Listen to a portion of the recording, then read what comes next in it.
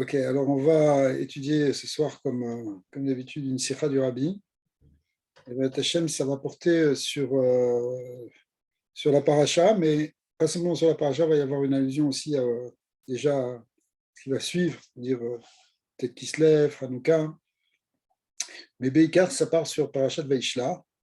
Et c'est une sikha qui est connue, mais on va la voir un peu sous un autre angle maintenant.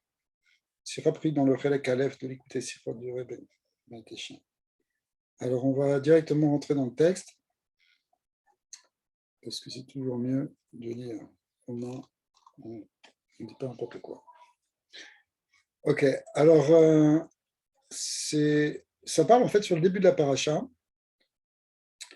et sur le début de la paracha, il est écrit Al-Pasuk im Lavan Garti, lorsque Yaakov Avinu va à la rencontre de son frère Esav, qu'il envoie des messagers avec des cadeaux, et il envoie un message pour dire qu'il a habité, qu'il a résidé chez Lavan, Im Lavan Garti.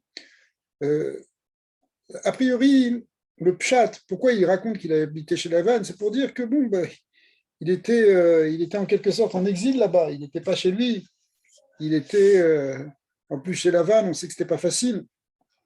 En plus, le mot Garti, qui veut dire Gerut, qui veut dire aussi être étranger, ça veut dire c'est pas un endroit de Yashafti, il n'a pas dit Yashafti, il ne s'est pas installé, il était visiteur chez Lavan. Donc, a priori, c'est pour dire à Esav que voilà, tu n'as pas raison de m'en vouloir, j'ai rien acquis, même la bracha que tu crois que j'ai prise, eh bien, en fait, pour l'instant, elle n'a rien donné, puisque j'étais encore en exil chez Lavan. Mais cependant, Rashi ramène une dracha qui est importante, où il dit que le mot Garti fait la même gematria que le mot Tariag, en d'autres termes, 613, et ça fait référence donc au 613 mitzvot. C'est pour ça qu'il dit Vetariag mitzvot shomarti, que c'est vrai, Garti, ça veut dire aussi que j'ai fait 613 mitzvot. Qui otiot Garti en Tariag. Il veut Rashi Elou Tani Navar. Mais le Rabbi va poser trois questions sur ce Rashi. Pourquoi Parce que c'est bizarre, a priori, de ramener ça. D'accord. Et la première question, effectivement, c'est Ketzad bekolzot mishtalev pirusho apashut shalamila garti shu kemuvan shel gerut imdrashes shel tariag. A priori, on sort complètement du sens littéral, parce que justement, on vient de dire que Imlavan Garti, ça veut dire j'ai résidé de manière étrange, comme un étranger chez Lavan. Et quel rapport avec le fait de faire les 613 mitzvot? C'est quelque chose qui est complètement différent. Et en plus, quand on est dans un endroit où on n'est pas à sa place, c'est beaucoup plus difficile, a priori, de faire les 613 mitzvot. Alors, on va essayer de comprendre ça. Deuxièmement, les Shemma, Aya, Al Yaakov, le Yedea, le Esav, Al Shemarti, Al Shmirato, Al Tariag. Deuxièmement, c'est pourquoi il lui dit ça. C'est quoi cette information? À quoi ça sert de lui dire ça? Alors, on connaît le pshat habituel, c'est de dire que c'est pour lui dire, tu vois, je suis quand même fort spirituellement, donc Hachem me protège, donc ne m'attaque pas parce que je fais 613 000 mètres. Mais en réalité, ça ne suffit pas, ce pshat, pour différentes raisons, mais on va voir quelque chose d'un peu plus profond.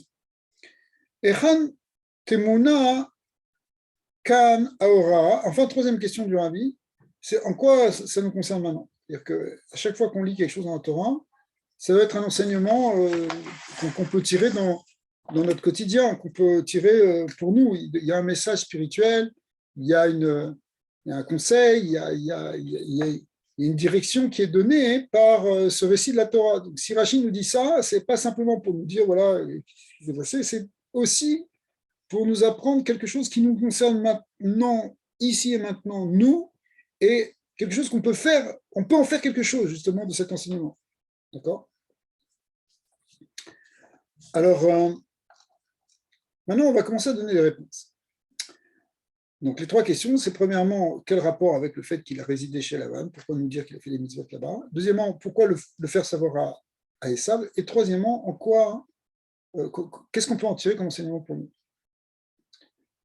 Alors, Asbarat Advarim, si on veut commencer à expliquer les choses, qu'est-ce que veut dire Im Lavan Garti? Kol Inyane Lavan Arami. Lavan, ça fait référence à, c'est pas simplement un personnage, c'est tout ce qui enveloppait ce personnage, tout ce qui allait avec, c'est-à-dire la ramaout, c'est-à-dire la ruse, le mensonge, la magie, les choses négatives. Et puis, Achafetzim Agashmim Shelo Olamazé. Et plus profondément ou plus généralement, en fin de compte, c'est toute la problématique de la matérialité de ce monde. Que le monde de la vanne, pour Yaakov, c'est le monde du travail. C'est là-bas où il va construire sa famille, c'est là où il va gagner sa parnassa. C'est là qu'il va être confronté aux difficultés du Olamazé, aux tentations du Olamazé, aux pièges du Olamazé, à la ramaout du Olamazé, c'est-à-dire au mensonge et à la ruse de ce monde-ci. Et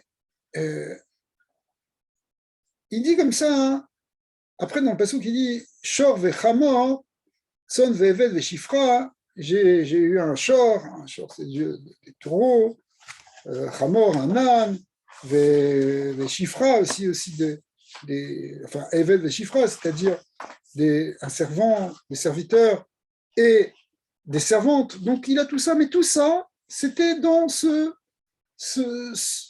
mot contenu dans Imlavan. Oui, voilà, il y avait tout ça. Donc je suis rentré dans la matérialité, je suis rentré même dans cette forme d'acquisition des choses matérielles. Et pourtant, Imlava Garti, j'étais comme un étranger là-bas, c'est-à-dire que j'étais pas profondément ancré dans la matérialité de ce monde. C'est vrai que j'étais dedans, c'est vrai que j'étais dans ce monde matériel, mais tout ça, c'était quand même qu'une guéroute. Guéroute au sens ici, j'étais étranger à la chose. Pas guéroute au sens de conversion, mais c'est au sens de résident non permanent, de visiteur. Je n'étais pas attaché à ce monde. C'est pour ça qu'il nous dit, Imlavan Garti, j'ai attendu jusqu'ici. J'ai eu un shor, un chamor, son, eved, shifra, etc. Et je l'envoie maintenant pour dire shalom. Mais toute cette matérialité-là, elle était encore dans une notion de Gérout. C'est-à-dire, Gérout, Zarim Ayuli, c'est des choses qui étaient étrangères à moi. Enelu Minyane, Minyano Shel Yaakov Avinu. Ça ne fait pas partie de Yaakov Avinu. C'est-à-dire, bon, pour donner un exemple de nos jours, ce serait comme si, ok, on a une maison, on a une voiture, on a un certain nombre d'instruments, etc. Mais on n'est pas attaché à ça. On n'est pas, tu peux avoir une bonne voiture, une belle voiture, tu peux avoir quelque chose, mais attention, ça doit être que tu ne dois pas être plongé dans ça, tu dois être étranger à ça quelque part. Tu l'utilises parce que c'est un kéli, c'est un instrument pour se déplacer, ça peut être comme un chor ou un chamor à l'époque, mais c'est pas pour autant que tu rentres dans l'illusion de ce monde, tu plonges dans l'attachement à ce monde. Et ça, Yaakov, il nous donne la voie. Et si Yaakov, il est en même temps que tout le peuple d'Israël, qui est justement dans le galout de Olamazé, il nous montre que tu peux avoir Shor, Vachamor, Evet, Shifra, etc. Mais tout ça, c'est encore avec un détachement. C'est étranger à toi, c'est pas toi. Yaakov Avinu, c'est pas ça sa vie. Sa vie, c'est la Torah, sa vie, c'est Hachem, sa vie, c'est le spirituel, c'est la Rochaniout, c'est d'amener et le coude dans ce monde. C'est ça le Ham Israël, normalement. D'accord ? Donc, si on est dans ce monde matériel, oui, c'est là-bas qu'on doit construire, c'est là-bas qu'on doit transformer, travailler, mais à condition d'avoir un certain détachement. C'est ça, une Lavan Garti. Les dido, Rakane Shama va Torah va mitzvot, Beitaïm lo. Ce qui est réellement sa résidence, qui est sa maison à Yaakov, c'est la Torah, c'est les mitzvot, c'est un Neshama. Ouais, l'eau, Krovim, c'est les choses spirituelles. Ça, c'est ça notre vraie résidence. C'est pas les voitures et les ordinateurs. Mashmaotzu, Tsefuna, Gam Bepasuk Acher, des parachats à Shavua. Un peu plus loin, hein, dans la parachat de cette semaine, on va voir aussi ce même rapport à la matérialité. qui est donné par Yaakov Avinu et qui, comme on le comprend, est effectivement un enseignement pour nous. Vaïvenlo baït ou les mikneu à sa soukot. Là-bas, il a construit une maison et pour son mikné, c'est-à-dire pour son troupeau, il a fait des cabanes. C'est-à-dire, c'est quoi la dracha ici, al Pichasidut? L'eau, vaïven l'eau, il a construit pour lui. C'est quoi lui? C'est quoi ce l'eau? L'eau, ça veut dire lui. Mais lui, ça veut dire son essence, atzmuto, pour soi, pour son soi profond. Oui, pour sa neshama, pour Inyana, ce qui concerne neshama, ça on fait un baït. Bana veichan dirat keva. Un baït, c'est-à-dire une maison, ça veut dire une résidence fixe, quelque chose de qu'avoir. Alors, là-bas, tu peux t'installer, tu t'installes dans cette dimension. La dimension divine, elle doit être fixe, elle doit être installée, elle doit dépasser d'ailleurs tous les événements qu'on traverse, y compris même d'ailleurs parfois les difficultés. Mais ça ne bouge pas en quelque sorte. Quand je dis ça ne bouge pas, ça évolue au sens où bien sûr qu'on apprend de plus en plus de choses et qu'on fait grandir la Neshama. Mais ça ne bouge pas parce que c'est ça notre résidence, c'est ça notre identité, c'est ça notre profondeur. Par contre, les mikneu qui veut dire le petit bétail littéralement, mais le mot mikné, il vient du mot connaît, qui veut dire acquisition, c'est-à-dire le côté matériel, l'avoir. D'accord ? On pourrait dire ici que l'eau c'est pour son être, il a fait une maison, mais les mikneu pour son avoir, ce qu'il possède.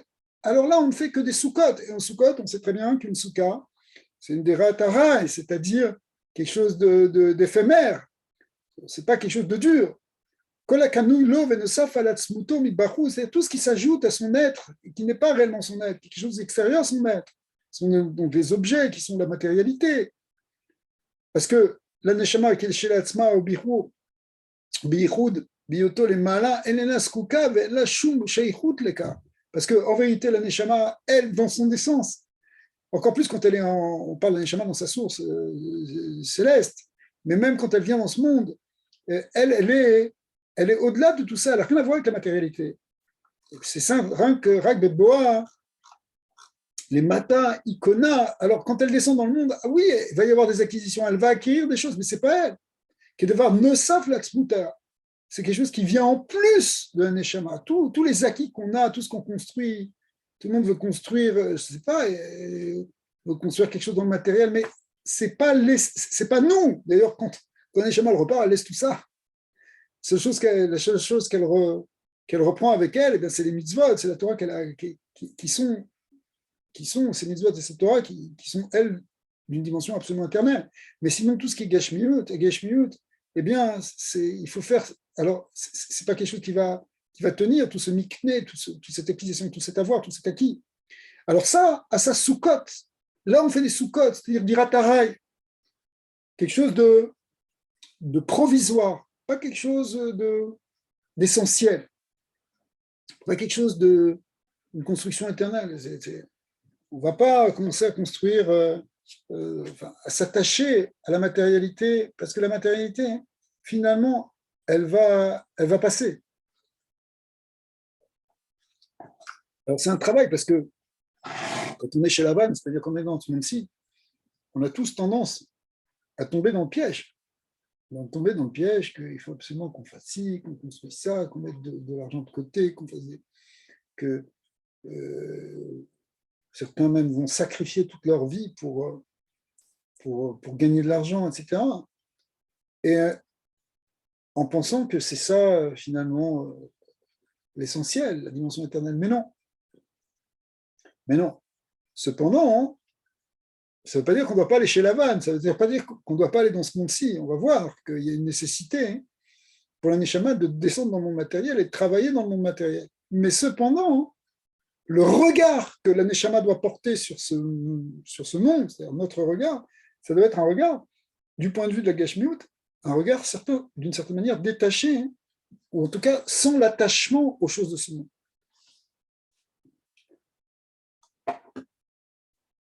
Le Rabbi ramène maintenant ce qu'avait dit une fois le Rabbi précédent dans une sikha. Il a raconté une histoire du Maguid de Mezerich,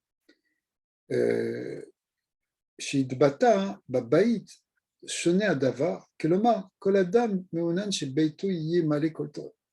Là-bas, hein, le Maguide de Mézérich, il a un peu pris tout le monde à contre-pied, parce qu'il a dit comme ça. Il dit, tout le monde est intéressé, et ça se comprend bien, que sa maison soit pleine de bonnes choses. Et maintenant,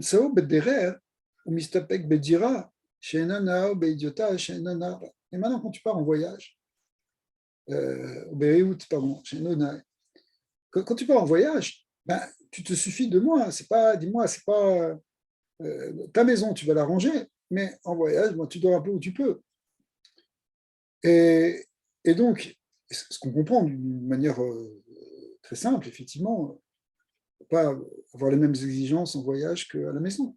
Mais en réalité, tout ça, c'est un machal pour comprendre que nous, dans ce monde-ci, anachnu nimtsaim baderer. Ma guide a dit, mais tout ce monde, on est en voyage là. On passe c'est une étape là. On n'est pas, on s'installe pas définitivement ici. C'est un voyage. Donc, si c'est un voyage, il ne faut pas s'attacher. Car Yuva, Akesher ben Pirusha, Apashut shel Amila Garti et Drachat shel.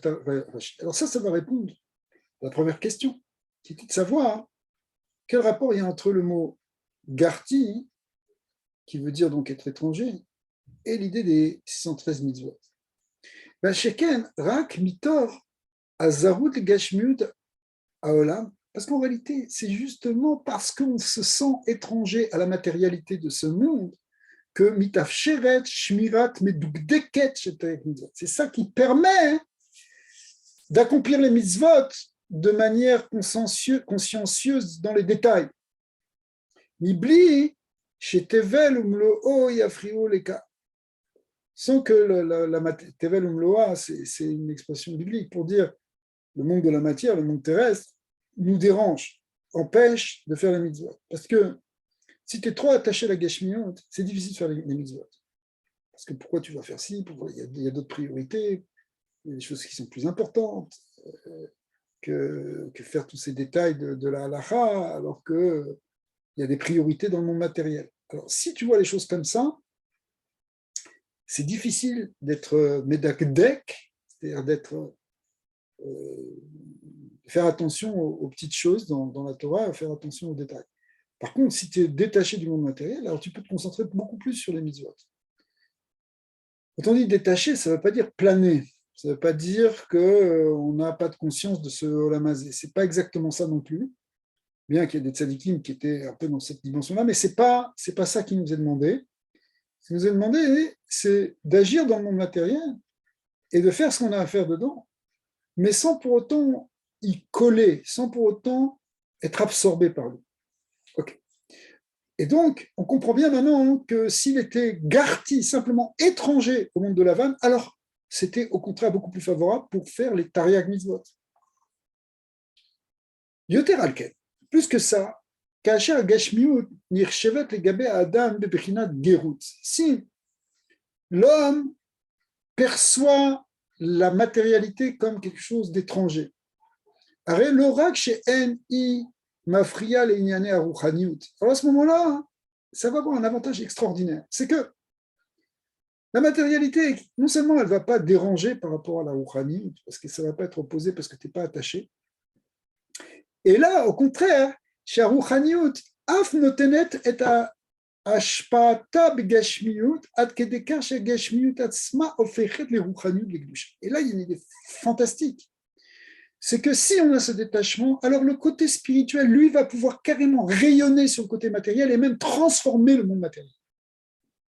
C'est-à-dire que même notre rapport au monde physique, nos actes matériels vont devenir de plus en plus quelque chose de l'ordre de la Kedusha, de l'ordre du spirituel. C'est plus simplement des actes matériels, c'est des tzadikim.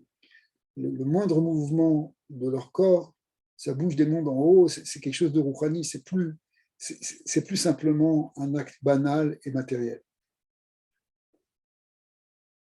Zugam amashmaut besium pasuk. Alors, c'est ça la suite du verset qui dit Vaï le Ishor, Vachamor, j'ai eu un Shor, Chamor. le terme est au singulier, mais ça veut dire avoir des taureaux, etc.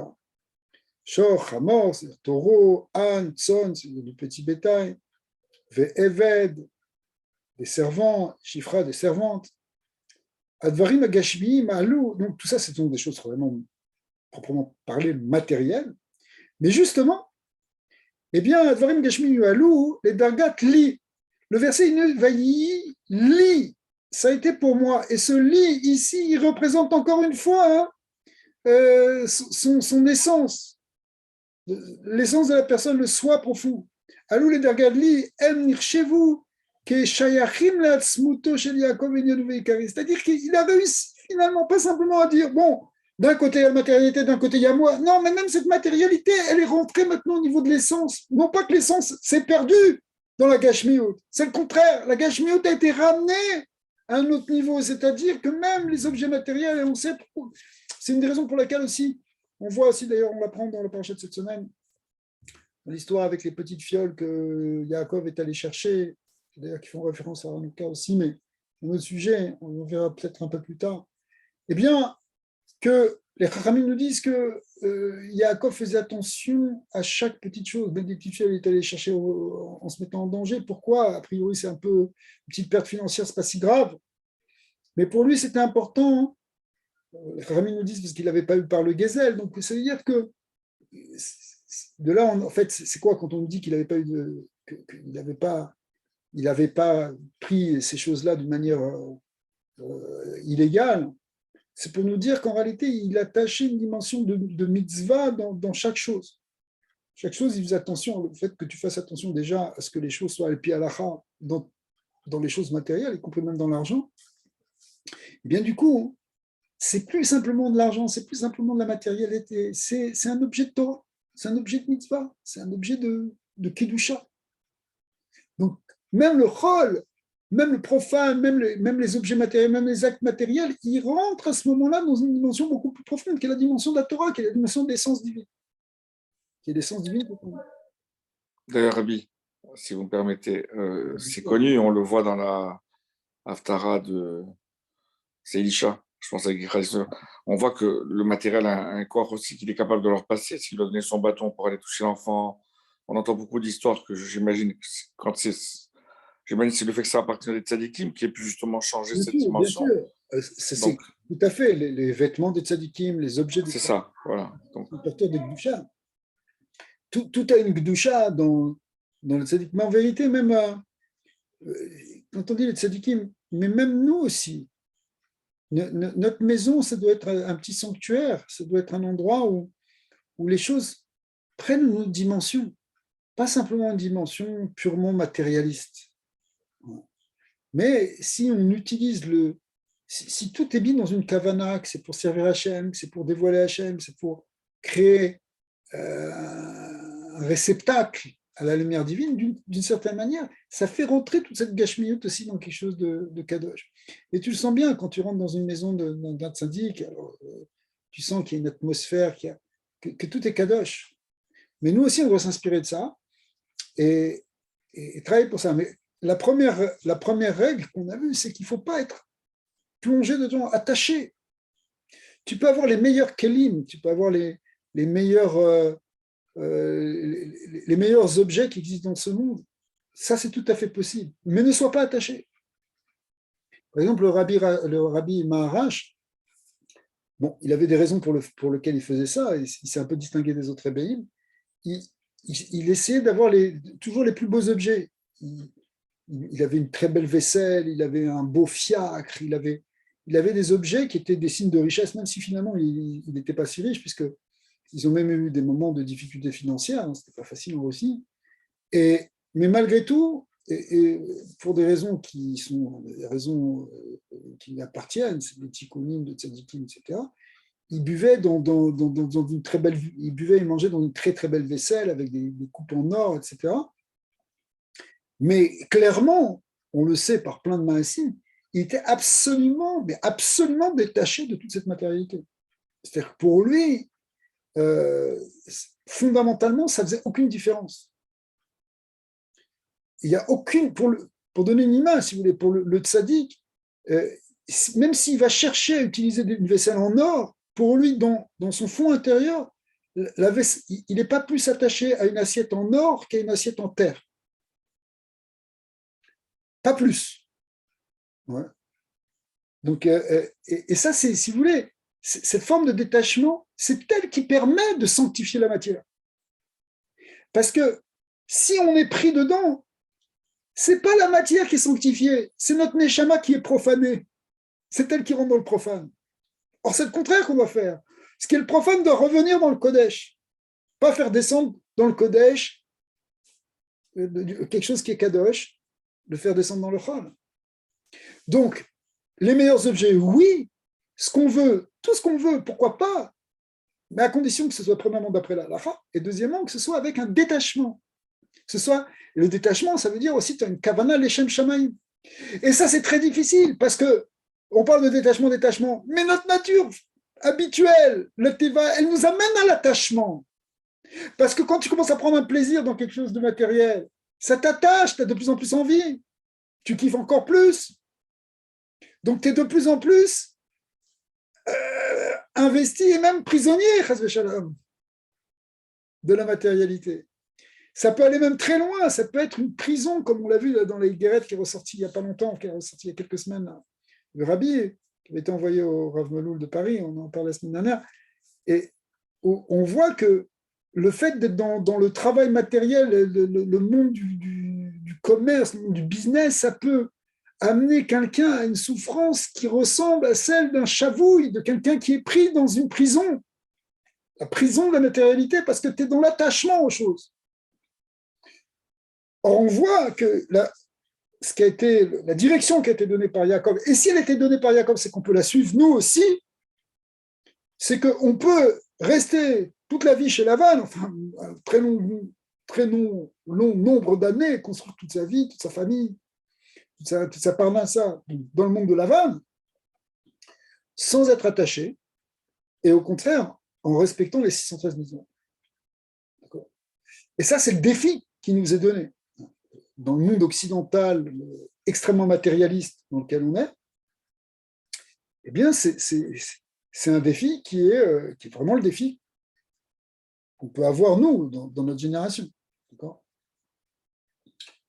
D'ailleurs, quand on dit nous, c'était vrai dans toutes les générations, même quand il n'y avait pas beaucoup de matérialité, hein, d'ailleurs.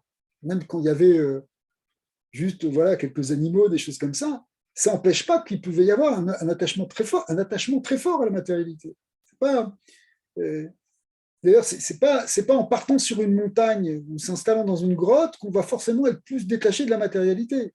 Parce que tu peux te retrouver dans un endroit où il y a très peu de matérialité, on va te redonner une grotte, juste un bol et quelques trucs et du bois pour faire du feu. Mais dans ta tête, dans ton attachement, tu peux être encore complètement attaché aux choses de ce monde. Par contre, ça le défi, c'est que tu peux être aussi investi dans le monde physique et transformer et travailler et développer tout en gardant une certaine distance, en sachant que ça, c'est qu'une souka pour toi, c'est pas ça ta maison, c'est pas ça ton lieu. Ton vrai lieu, c'est un lieu rouhani, c'est quelque chose qui est spirituel. Alors, oui, ça c'est un message qui est très important ici. Donc, on voit qu'on est que dans le derrière, premièrement, et deuxièmement, bon, si on arrive à faire tout ça, finalement, on va pouvoir transformer cette matérialité. On va pouvoir quand même l'élever et en faire quelque chose qui va être de l'ordre de la Gdusha. Zugam amashmaim besium apasuk vaïlishor vechamor tson ve'evel veshifra advarim agashmim alou le dargadli. Ça, c'est monté au niveau de l'I, au niveau des sens, c'est-à-dire que, au contraire, ça a été sanctifié. Nirshavim keshayachim la'atzmuto shel Yaakov Avinu ve'ikari. Donc là, maintenant, ça rentre justement dans une dimension spirituelle, dans une dimension de la neshama. C'est ça qui est important aussi. C'est-à-dire que c'est pas simplement que c'est un détachement et puis voilà, bon, bah alors on se détache et justement, on part sur la montagne pour devenir un ascète complètement détaché de ce monde. Non, c'est que on a réussi à prendre les choses de ce monde et les amener au niveau de la Kedusha, et de l'amener au niveau de la Neshama. Donc c'est plus fort en fait. C'est plus fort que simplement un détachement qui serait radical. C'est un détachement au sein de la matière qui permet d'élever la matière et de la ramener au niveau de la neshama. Rabbi, c'est ce qui explique. Je me suis toujours posé la question quand j'ai lu cette paracha. On voit que bon, il a comme naturellement affaire à Lavan, hein, qui changeait les règles toutes les 2 secondes, le contrat, n'est-ce pas? Chaque fois que ça n'allait pas en sa faveur, n'est-ce pas? Il voulait retourner les choses. Mais on voyait que Yaakov, quand même, je me suis toujours posé la question, il se bat finalement énormément, c'était du matériel, quoi. Je me suis dit, bon, finalement, bon, moi, je parle de moi, je ne peux pas, Yaakov Avinu, c'est autre chose. Naturellement, c'est les piliers du monde. Mais je me disais toujours, comment? C'est du matériel, pourquoi il va. Oui, sûr. Exactement. Hachem, il va lui donner s'il veut, de toute manière. Oui, c'est Exactement. pas. Et on peut se poser la même question aussi, même pour Avraham Avinu, même si c'est moins clair dans les versets, mais on voit que lui aussi, là, qu'il y a une Ouais, certaine richesse, etc. Et à la limite, on pourrait se dire, mais alors, mais cette richesse, qu'est-ce qu'on en a besoin? Nous, on cherche du Rouhani, là. C'est ça les Havot, Chazak. c'est les modèles, c'est quoi? C'est des hommes d'affaires. Mais ça, si tu veux, et c'est très important, c'est que ça vient nous dire que non, bien sûr, Yaakov Avinu, avant ça, il a étudié toute sa jeunesse chez Yitzhak, il était à Beersheba toute la journée dans la Torah, il était Yoshev Ohalim, assis dans les tentes de la Torah et de la Tfila. Ensuite, il a pris 14 ans chez Shem et Ever, les secrets de la création et les mystères de la Kabbalah primordiale. Mais après ça, il doit descendre dans ce monde, il doit venir dans le Gashmi, il doit rentrer, il doit mettre, c'est vrai qu'il avait le Kol Yaakov, Kol, ça veut dire la voix de la Torah, le Rouhani, le son, c'est le spirituel, mais aussi, Adam et Esav, il doit rentrer aussi dans la matérialité. Et il doit rentrer dans la matérialité, il doit construire sa famille, il doit faire une merkava physique, il doit y avoir quelque chose dans le monde physique. Mais attention, ce physique-là, c'est pas simplement du matériel pour du matériel, c'est pas que maintenant il a oublié la Torah qu'il avait. Moi, j'ai appris la Torah pendant des années, mais maintenant je passe à autre chose. C'est le moment de travailler, de faire un business. Non, il descend dans le business, il descend dans le travail, il descend dans la matérialité. Mais Tariag Mitzvot Shamarti, là-bas j'ai continué la Torah. Au contraire, j'ai toujours fait la Torah. J'étais le même avant, j'étais le même après. C'est pas que tout d'un coup, le gars, il a laissé le côté spirituel, il a arrêté sa démarche spirituelle pour dire voilà, c'est maintenant, ok, je change de voie. Non. Mais ça, c'est justement le défi du clan Israël. C'est d'arriver à être à la fois très spirituel et à la fois descendre dans le matériel pour justement transformer, transmuter, préparer ce monde à être un monde qui révèle le divin. C'est ça, finalement, c'est cette attitude qui montre, qui démontre clairement C'est qu'il voyait le potentiel de cette matérialité, ce qu'il avait, c'est de la transformer, quoi. Parce qu'on l'a vu qu'il a tout exactement. fait, il a même changé les petits bâtonnets là et tout pour que ça vienne vers lui. Exactement. C'est ça, on se posait des questions, comment ça se fait qu'il faisait ça? Je me disais, c'est quoi exactement.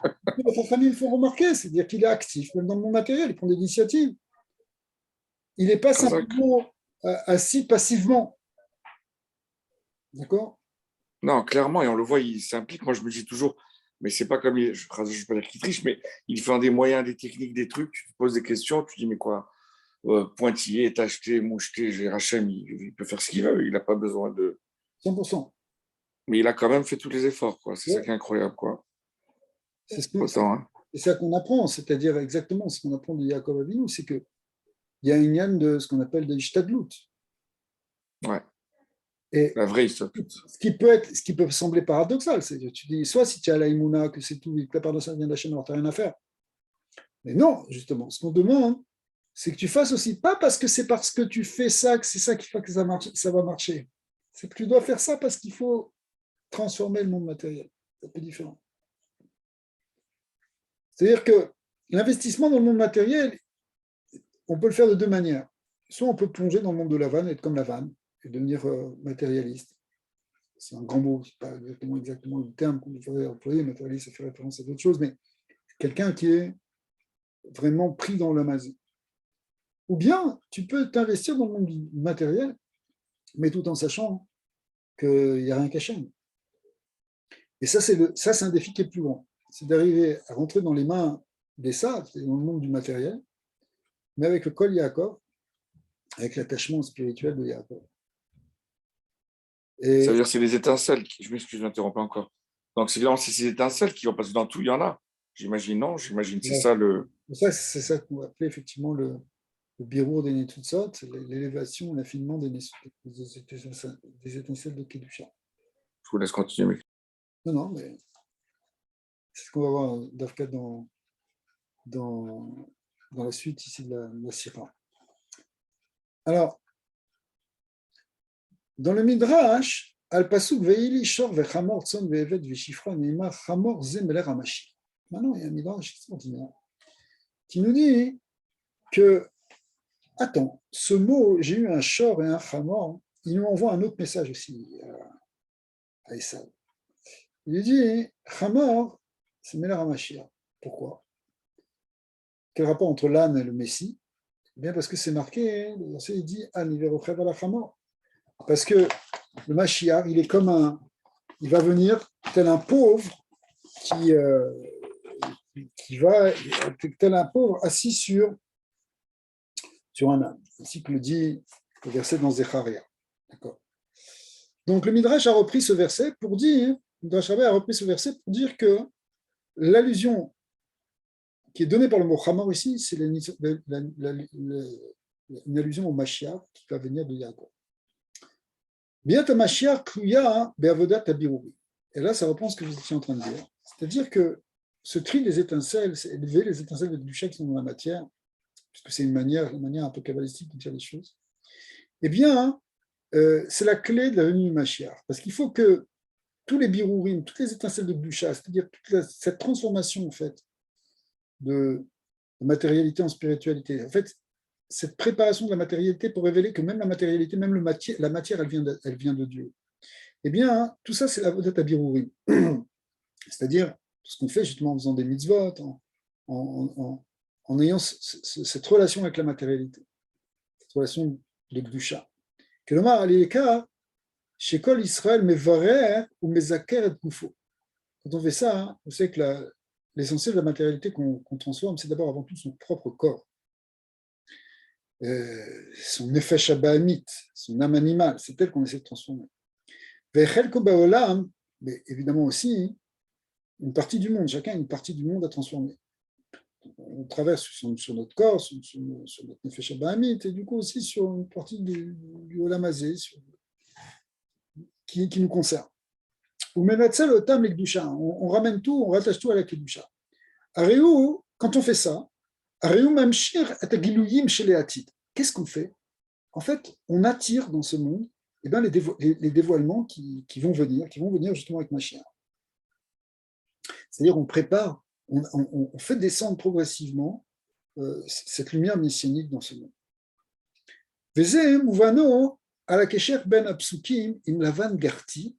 Et donc, cette suite de versets qui nous dit Im lavan garti, j'ai résidé avec Lavan, et vaïli shor et chamor, et j'ai eu un shor et un chamor, eh bien, si on dit que chamor c'est le Mashiach, bah oui, c'est lié avec tout ce travail qu'on a fait justement dans ce monde de Lavan. Mishum chez les Gavé Yaakov, Ayu Advarim Agashmin Bebkinat Gerut, comme on l'a expliqué, puisque pour Yaakov, les choses matérielles, elles étaient comme étrangères à lui. Ve Shimshu Kelim, Ve Dira Lelokut, et qu'il en a fait simplement des instruments, une résidence pour le divin, mais pas pour une finalité en tant que telle. À ce moment-là, Yahou Mitsido Mouchan les Kabbalat Pnei Mashiach. C'est ça qui fait qu'il devient prêt à recevoir Mashiach. C'est ça, Vachamor Zumel Mashiach. C'est pour ça que le mot Chamor, qui est employé tout de suite après dans le verset, eh bien, nous dit le Midrash, ça fait référence au Mashiach. Et la reine, Shalar Malachim Leesa. C'est pourquoi, comme on l'a expliqué au début, tout ça, c'est en fait un message qu'il est en train d'envoyer à Esa. Il envoie des anges, des envoyés. Le dia Asher Abirurim Amutalim Alav Al Yaakov, c'est-à-dire que tout ce qu'il devait faire comme tri, tout cet affinement, toute cette transformation qui revenait à lui de faire, à Yaakov, Botsaou, Vereu, Mouchan, les Kabbalat Pnei Mashiach. Il dit voilà, maintenant après avoir traversé tout la vanne, ça y est, je suis prêt à recevoir Mashiach. Alors on comprend pour nous que cette traversée de la vanne, c'est la traversée de la galoute, et à la fin, eh bien on est prêt à recevoir Mashiach. Mitor Anacha, Shigam Esav, Eno Bematsav, chez les Achar Abiru, Chez Gam, Mitzido, Efsharut Ageoula. En réalité, le problème pour Esav, c'est que lui, Esav, c'est pas sûr qu'il était capable, qu'il était en mesure de recevoir Mashiach. Parce que dans l'histoire, finalement, l'homme Israël, il fait son travail, éventuellement, avec toutes ces mitzvot qui sont faites dans le Galout. D'accord? Mais est-ce que le monde extérieur, est-ce que le monde d'Esav est prêt à recevoir ça? Est-ce que le monde d'Esav est prêt à recevoir la Géoula? Alors, a priori, on a l'impression qu'il a posé ça comme oui, comme possibilité. Mais les malachim, ils vont en quelque sorte tester ça. C'est-à-dire que quand ils vont voir Esav, ils lui envoient ce message, ils disent, regarde, Yaakov, il est prêt à recevoir la Géoula, mais toi, au fond, est-ce que tu es prêt? Et là, les malachim, ils reviennent avec une réponse. Et c'est ce qu'il nous dit, il nous dit dans le verset qui suit, puisqu'il dit, Vayeshevu malachim el Yaakov, le mort, Banu el achicha. On est revenu de ton frère, chez ton frère, El Esav. Et c'est intéressant cette expression, ouais. Parce que, pourquoi dire achicha, ton frère, Esav? On sait que ton frère, ça peut être que Esav. Et si c'est Esav, on sait que c'est ton frère. Pourquoi dire les deux? Les familles font une dracha, c'est-à-dire qu'en fait, les malachim, ils sont en train de dire, tu sais, toi, tu lui as envoyé des cadeaux en disant probablement c'est ton frère, peut-être c'est ton frère, en espérant que c'est ton frère, c'est-à-dire espérant qu'il est sur la même page que toi, sur la même longueur d'onde, que lui aussi, il est prêt à recevoir Mashiach. Mais finalement, il revient non pas, il revient en disant non, tu sais, tu pensais qu'il était Achicha, tu posais comme possibilité qu'il le serait, eh bien non, il n'est que Esav, c'est-à-dire qu'il n'a pas encore fait cette transformation. Que l'Oma, Nishalachnu, Aliadecha, l'Achicha, tu nous as envoyé à ton frère, le Marchavashu Kamocha, en pensant qu'il était comme toi. Moucham la Géoula, prêt à la Géoula. Aval Banu el Esav, mais on est revenu de chez Esav. Ou Sharouy Adaïm Bematsav chez le Kodem Abirou. Lui, il est encore avant le Birour, il n'a pas encore fait cet éclaircissement, il est encore pris dans la matérialité. La reine est la Géoula Sharit Adaïm. C'est pour ça que la Géoula n'est pas encore prête, n'est pas encore tout à fait possible. En tout cas, à l'époque de Yaakov, parce qu'on va le voir, le fait que maintenant, quand même, à la fin de la Galoute, normalement, il y a eu un birour qui a été fait même des Kochot d'Essa. Il va falloir expliquer comment et pourquoi.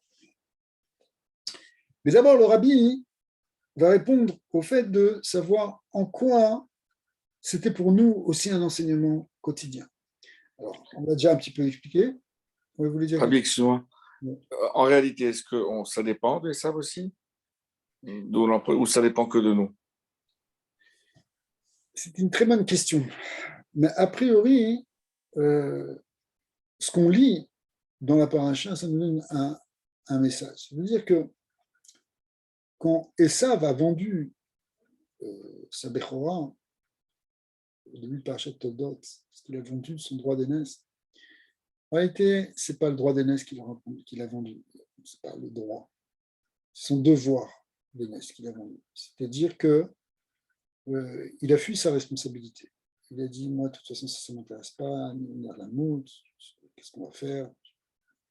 Ce côté spirituel, c'est pas pour moi, laisse-moi plonger dans la gashmiout, laisse-moi rentrer dedans. Je veux pas de ce casse-tête, c'est quelque chose qui est trop compliqué, la religion. D'accord. C'est pour schématiser dans le langage. Et donc, en fait, Esav, il refuse de faire le travail.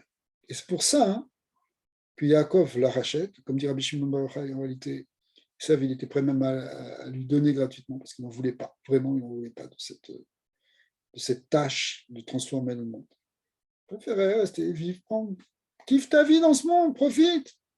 On ne vit pas longtemps, quelques 80 ans, 10 ans, quelques dizaines d'années, quelques 120 ans, peu importe. Alors profite au maximum, après tu verras bien. D'accord. C'est pas, on ne veut pas commencer à essayer. Déjà, la vie n'est pas facile dans ce monde. Si en plus tu te rajoutes des contraintes, si en plus tu te mets des interdits, si en plus tu te mets des limites, si tu es tout le temps en train de travailler sur toi, dis-moi, alors la vie, elle est doublement amère. Déjà, il y a l'amertume d'être dans un monde avec ses épreuves, avec les difficultés de la vie. Et en plus de ça, tu veux me charger de responsabilité de transformer l'univers. Moi, je ne joue pas à ça. Ça, c'est ça. Donc, il ne veut pas faire les bérourim. Il ne veut pas faire ça. Donc, après, c'est pour ça d'ailleurs qu'il n'a pas la bracha. Et tout est lié parce que maintenant, Esav, il lui en veut. On revient au niveau du pshat. Il en veut à Yaakov. Il dit, tu m'as trompé, il m'a trompé 2 fois. Il m'a trompé pour la Bechora, il m'a trompé pour la Beracha. Et depuis, il veut le tuer. Il a une haine contre lui, mais c'est une haine qui est paradoxale, qui est en fait la haine de son propre échec. Il a la haine de Yaakov parce que Yaakov lui ramène son erreur. Il a fui sa responsabilité, alors qu'il était au contraire celui qui pouvait faire un grand travail, puisqu'il était l'aîné. Et il s'est mis dans une position d'échec par rapport à la finalité, par rapport à Dieu. Et dans cette position d'échec, il sait qu'il est dans un échec, il sait qu'il est dans une erreur, mais au lieu de s'en prendre à lui-même et de faire teshuva, il s'en prend à celui qui lui rappelle qu'il est dans l'échec. C'est d'ailleurs un schéma très profond et très primordial du phénomène antisémite, qui est là. Hein. L'antisémitisme, on l'apprend dans cette paracha, dans ces parachutes-là.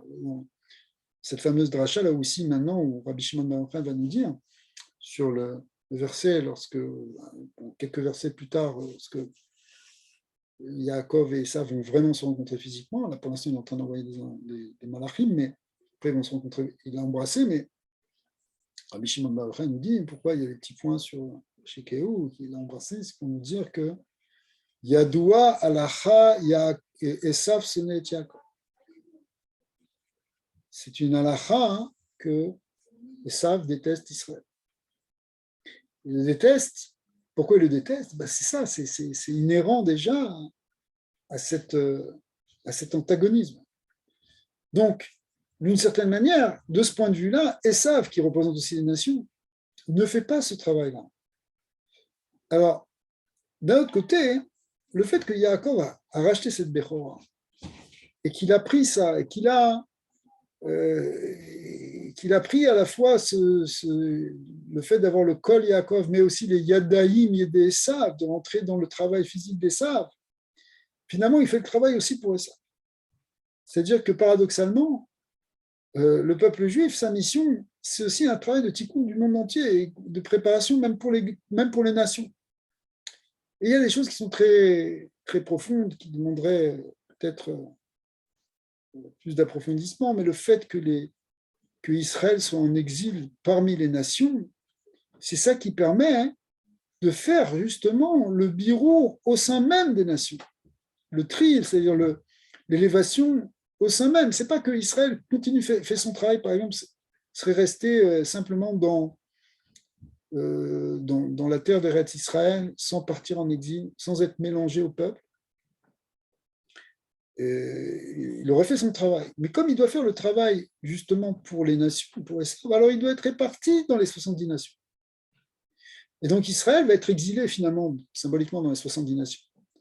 Pour pas simplement faire le tikkun qui le concerne lui, mais pour faire le tikkun des nations.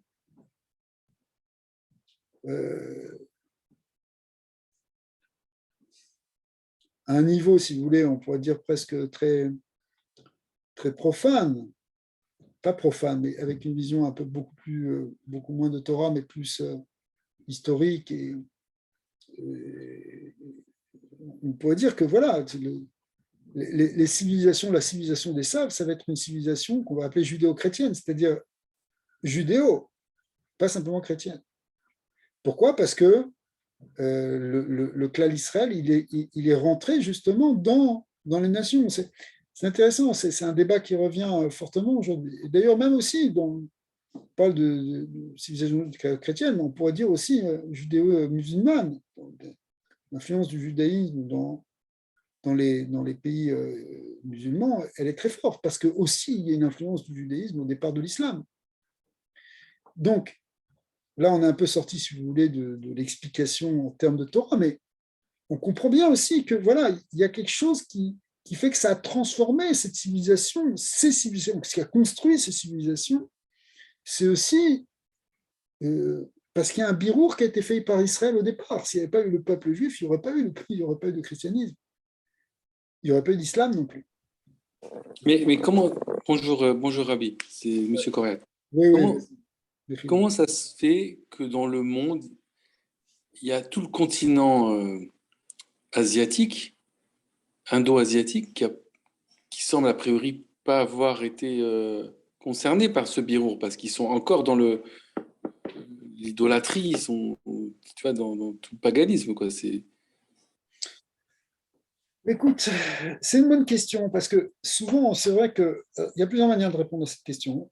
Mais d'abord, il faudrait savoir si c'est vraiment non plus. Mais en tout cas, il y a une question qui est où est la place des peuples d'Orient et d'Extrême-Orient dans toute cette histoire de la Torah? Parce qu'on parle de Esav et Ishmaël, et en général, on simplifie en disant le christianisme et l'islam.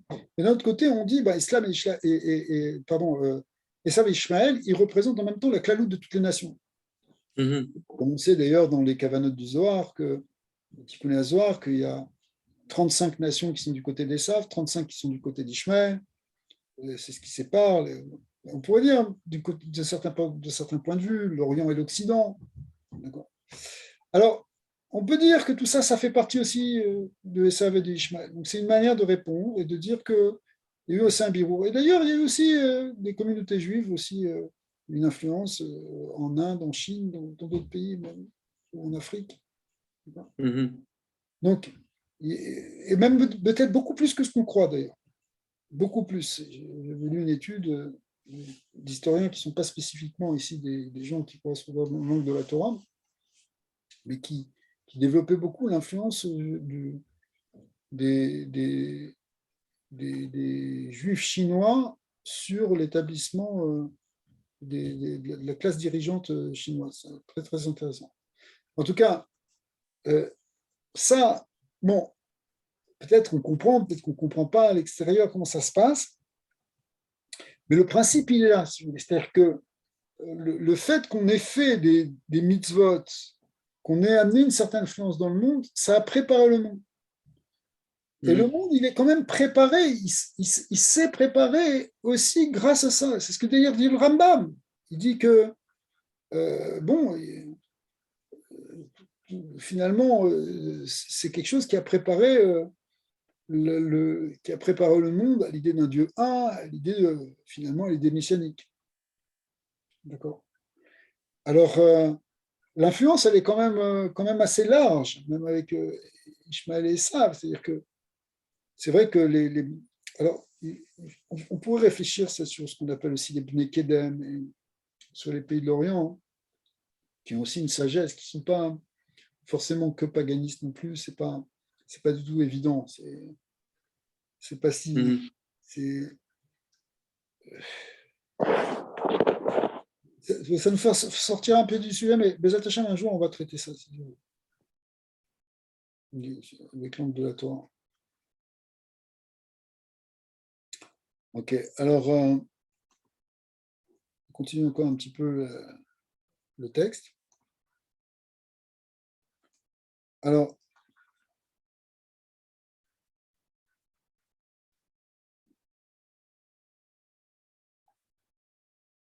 d'accord. Veze muvano shel akesher ben apsukim l'avgantu beyeshor chamor. On a déjà lu tout ça. Donc, on a dit, voilà, on va relire le lait. A Torah veoraotea, pardon, enitzriot. Alors, on sait que la Torah et ses enseignements sont évidemment éternels. Les chol ben Israël est pour chacun, pour chaque individu, pour chaque juif, on peut en tirer un enseignement. Bechol zman, bechol makom, quel que soit le temps, quel que soit le lieu, c'est ça la puissance de la Torah, elle transcende tout à fait le temps.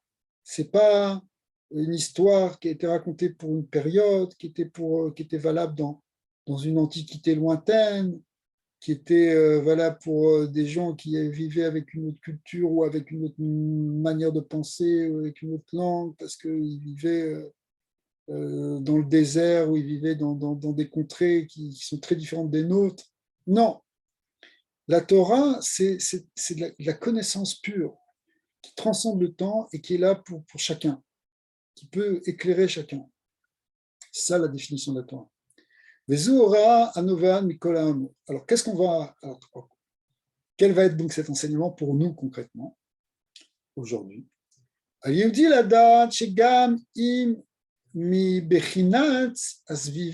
juif, il doit savoir que même si du point de vue de l'ambiance dans laquelle il est, de l'extériorité dans laquelle il est, du monde dans lequel il est, ouais, on a l'impression que dans ce monde-ci, le monde n'est peut-être pas prêt à la Géoula. Kilo Ushlam Birurim, parce que les Birurim n'ont pas l'air complets, comme on voit, comme ce qui nous a posé la question, cette question que nous nous sommes posée tout à l'heure.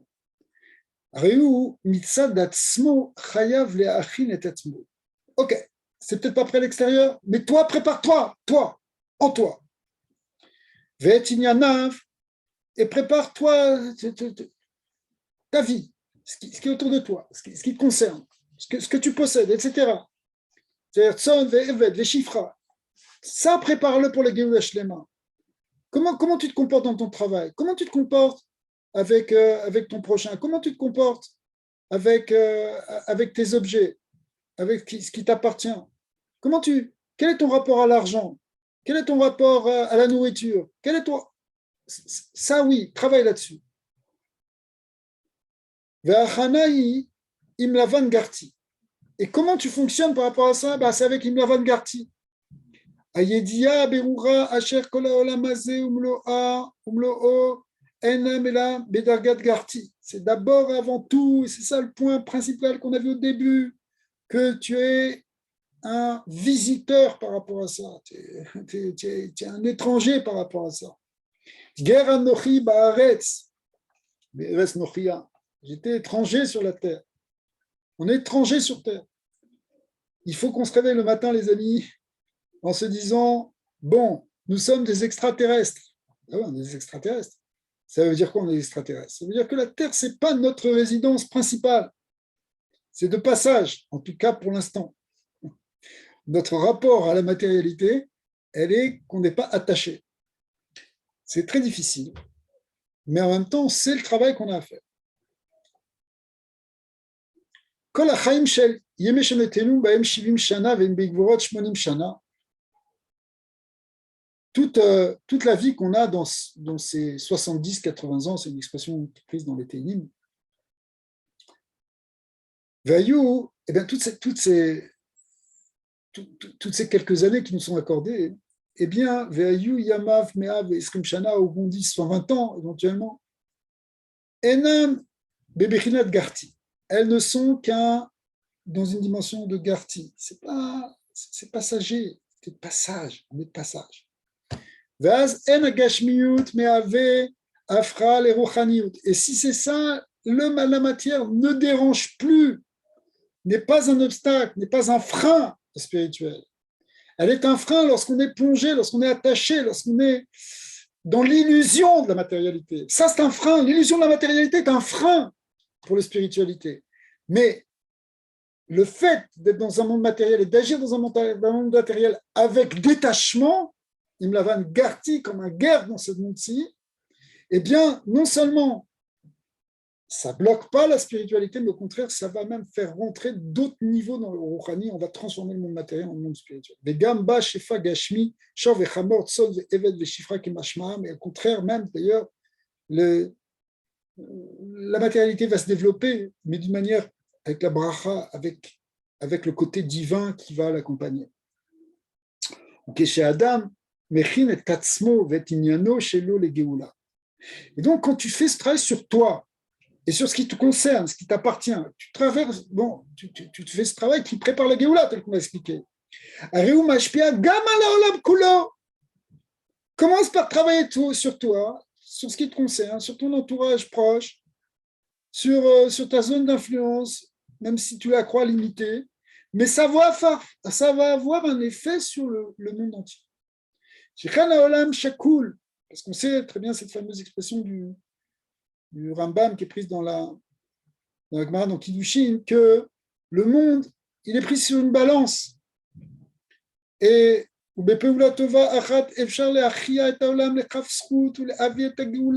tu fais pencher un petit peu d'un côté de la balance du kafsrout, eh bien, tu peux amener la Géoula. Donc vas-y, fais-le, fais encore une mitzvah, fais encore une sedaka, fais encore une bracha, fais encore une étude de Torah, fais encore un shiur. Ou kepsak Rambam, Israël, sim tchouva, miyad nigolim, que Israël, lorsqu'ils font tchouva, eh bien, ils peuvent immédiatement amener la Géoula. Ouais. Et il nous dit ça de manière immédiate, c'est-à-dire tout de suite. L'Admour Hazaken Mosif, tekef miyad, tout de suite, absolument tout de suite. La Géoula peut venir de manière instantanée. Ah, on ne sait pas quelle va être la goutte qui va faire développer de base, mais on la met la goutte. Zot omeret, שמבלי הבט למצב העולם, הרי על ידי התשובה יכול האדם לפעול גאולה פרטית בעצמו. Si on ne regarde pas la situation du monde, mais en faisant tchouva sur soi, en faisant son travail déjà sur soi, sur ce qu'on a à faire, une גאולה pratique sur soi, על ידי זה, גם גאולה כללית בעולם כולו. Ça peut amener aussi une גאולה כללית dans le monde entier. Alors, maintenant, le rabbi va lier ça avec l'idée de Yud-Tet Kislev qui va être dans quelques jours. On appelle le Chag HaGeoula chez les Chassidei Chabad, puisque c'était la Geoula du Alter Rebbe, du premier rabbi de Chabad. Et c'est ce que veut dire le rabbi tout de suite. Kol ha'inyanim em hare be'ashgacha pratit. Il n'y a évidemment pas d'hasard dans la Torah. Géoulat Admour Hazaken Chassidut Yutet Kislev Taknat, cette Géoula du Admour Hazaken qui avait eu lieu en 1798, Kislev Taknat, 1798, Ira Beshvoa Shelachar Parashat Vaishlav. Eh bien, cette libération, elle a eu lieu Parashat Vaishlav. Sheba Kulot Aoraot Amorot. C'est un rapport. Cet enseignement qu'on vient de donner là, qu'on vient de rappeler, cette sira, sur ce rapport à la matérialité, elle est une clé dans l'enseignement de l'Admour Hazaken. Pourquoi? Parce qu'à Chassidut notenen l'école Echad mi-Israël est à Kohar ve'efsharut le bilti Itrachev imatzavo shel olam shemesavi. En réalité, la chassidut, c'est quelque chose d'extraordinaire parce que ça permet de vivre dans ce monde sans être affecté, sans être impressionné par le monde extérieur. D'accord? C'est-à-dire que on va pas lui donner l'importance que disons, l'importance extérieure qui nous est donnée, qui nous est transmise par l'environnement, qui fait qu'on donne une certaine valeur à ce monde, eh bien nous, on va avoir une autre valeur. On va voir les choses complètement différemment. On va les voir selon l'intériorité, on va les voir selon le côté divin et pas selon le côté de l'enveloppe. Et ça, c'est l'étude de la Chassidut, elle t'aide à ça. Elle t'aide à ça parce qu'elle t'aide à le comprendre, et elle t'aide à ça parce qu'elle t'aide à vivre avec ça dans le monde. Donc, on peut ne pas être affecté par les choses, on ne peut ne pas être influencé par les choses de ce monde. L'ashlim be'atzmo ou et avodat imlavan garti, on peut arriver à réaliser grâce à la chassidut ce inyan de imlavan garti, c'est-à-dire de vivre avec un certain détachement au léga be'atzmo, be'emtsaouta, et dargad vaïli, shor, vechamor, etc., zemel ramashia, c'est-à-dire qu'on peut faire en sorte que, en faisant toute cette avoda-là, on va amener justement le Mashiach. On vit avec toute cette gashmiout qu'on arrive à transformer et qui permettent finalement d'amener la Géoula telle qu'on l'a expliqué. Bien, la Chassidut, il y a Achana et Akeli, les Gilou et Mashiach. De ce point de vue-là, la Chassidut, c'est vraiment la préparation, c'est le Keli qui permet de dévoiler Mashiach. Ayédé, et Afutsu et Ntecha Chutsa, de dévoiler les sources de la lumière, les sources de la connaissance divine à l'extérieur. Les Aké, les Katemar, on va mériter la venue du Mashiach de Merav Yamin. On peut continuer encore un petit peu. Mais déjà, on a bien compris l'idée.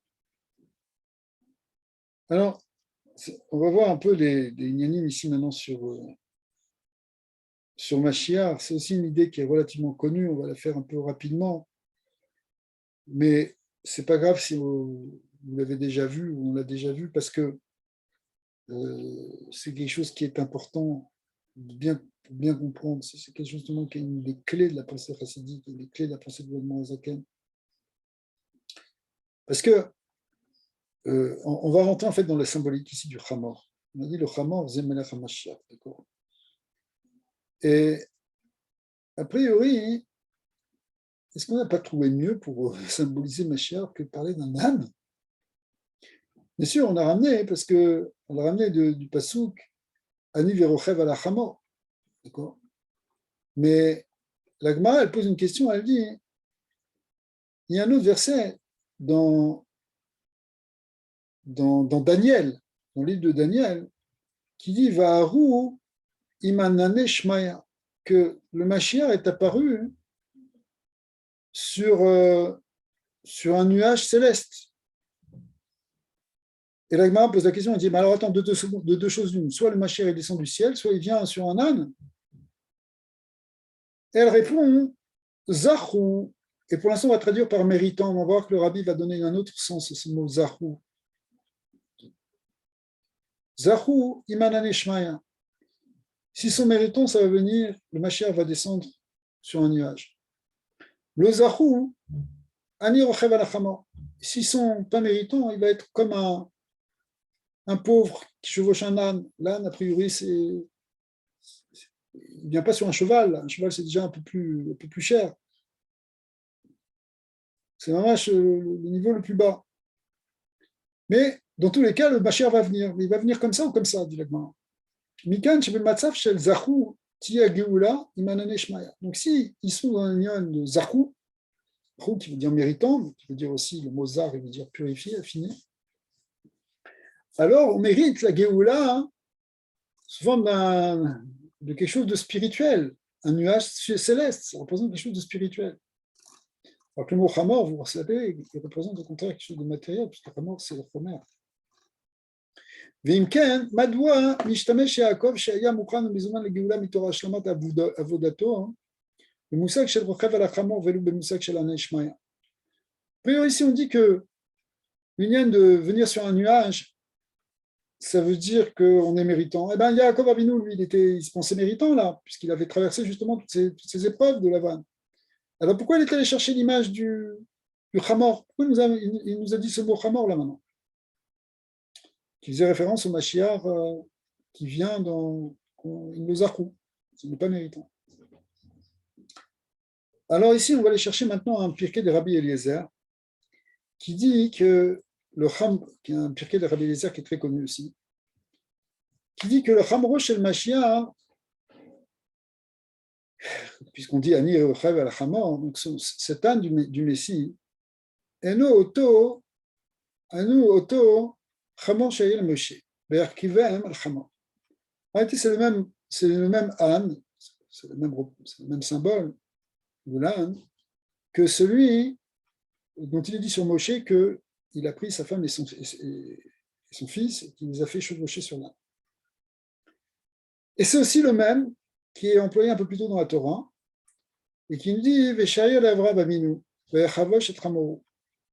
Il a scellé son âne, puisque pour aller faire la Akedat Yitzhak, il a pris son âne, il l'a scellé et il a mis dessus les bois et le brasier.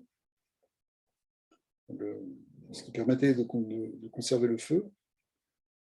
Et il les a amenés là-bas, il a marché avec son fils à côté pour amener tout ça sur le mont Armoria, sur le Har Moria, pardon, pour faire la Kedat Yitzhak.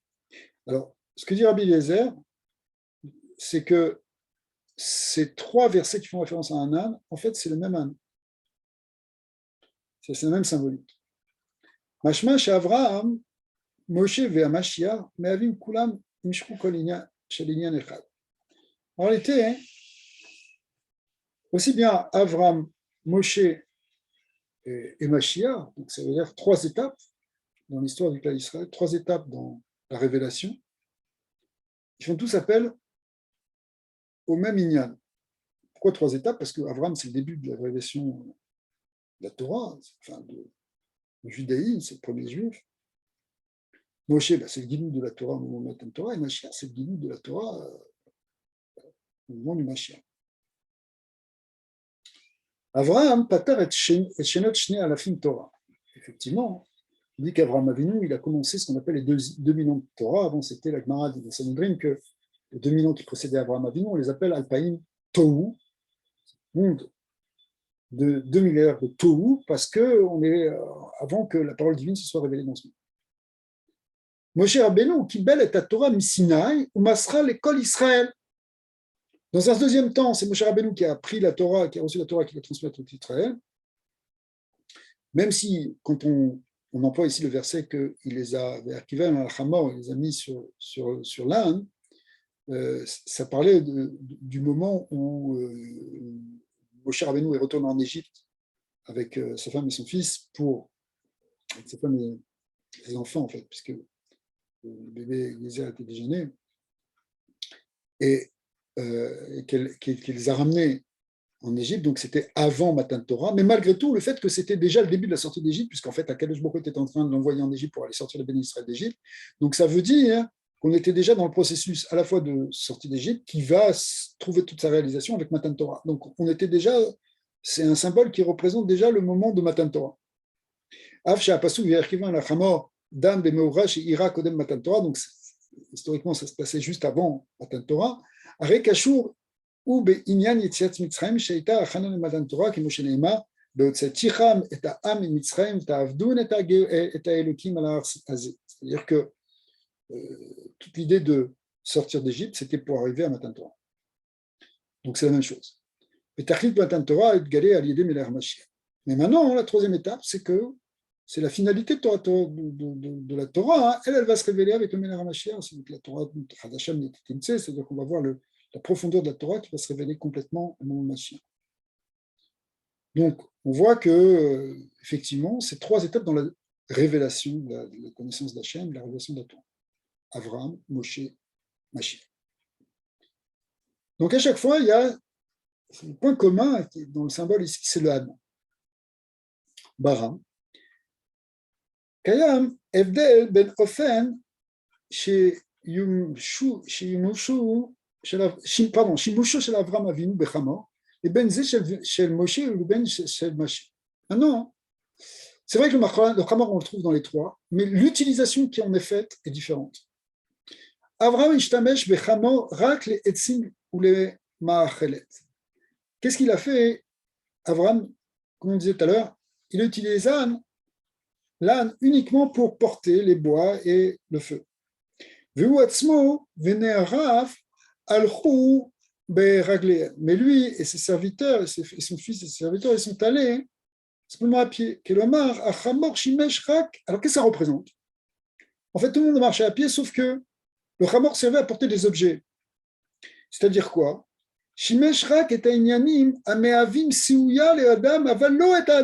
Donc en fin de compte, la matière ici, puisque le khamor représente la matière, elle porte des objets, ça veut dire quoi? Ça veut dire qu'elle est utilisée comme des kelim. Elle est utilisée comme quelque chose qui va aider l'homme. C'est déjà une grande sanctification, c'est-à-dire que tu prends les objets matériels et t'en fais quelque chose qui est à ton service. Au service de l'homme, l'homme étant ici celui qui veut révéler Hachem, celui qui vient révéler la Torah. Avraham. D'accord? première révélation de la Torah, comment expliquer. Donc, pour l'instant, le Hamor, il a un impact d'une certaine manière que sur les objets qui sont eux-mêmes une aide à l'homme. Moshe Rabbeinu s'est allé plus loin, parce que Moshe Rabbeinu, qu'est-ce qu'il a fait? Il a mis sa femme et ses enfants. Et sa femme et ses enfants de là, hein, c'est proche de lui. C'est beaucoup plus proche que des objets, évidemment. C'est Kemouvan, c'est évident. Arbeyoter, médecine, beaucoup plus que des objets. Des objets qui avaient mis du bois, etc. Chez Ishto, Yezer Kenegdo, la femme, c'est Yezer Kenegdo, qui est Goufo Damia, la Gemara dit, c'est comme notre propre corps, etc. Il y a une proximité très puissante, charnelle, dans la femme et les enfants. Ou Barak et Raade Avoua, pour prendre cette expression, savoir que le fils, il est comme la jambe du père, c'est-à-dire c'est un prolongement. Une partie, c'est un prolongement de soi-même. Achalek mila adam atzmo, c'est une partie de l'homme lui-même. Donc, on voit que ici, le Hamor, il a déjà un impact plus grand sur quelque chose qui est plus proche de l'homme que les Kélim. Et puis, au moment du Mashiach, Ishtamesh bechamor les rechivato, c'est-à-dire que le Mashiach, lui, c'est lui-même qui va être porté par le Hamor. Donc là, ça veut dire que l'impact, cette transformation de la matière, elle va aller encore plus loin puisque elle va être intégrée en quelque sorte pour l'homme lui-même. Donc, si vous voulez, c'est ça l'idée, c'est que la matière, elle a été élevée à un point où c'est pas simplement, bon, on est détaché de la matière, et la matière, elle nous sert parce que c'est des instruments qu'on élève vers Hachem.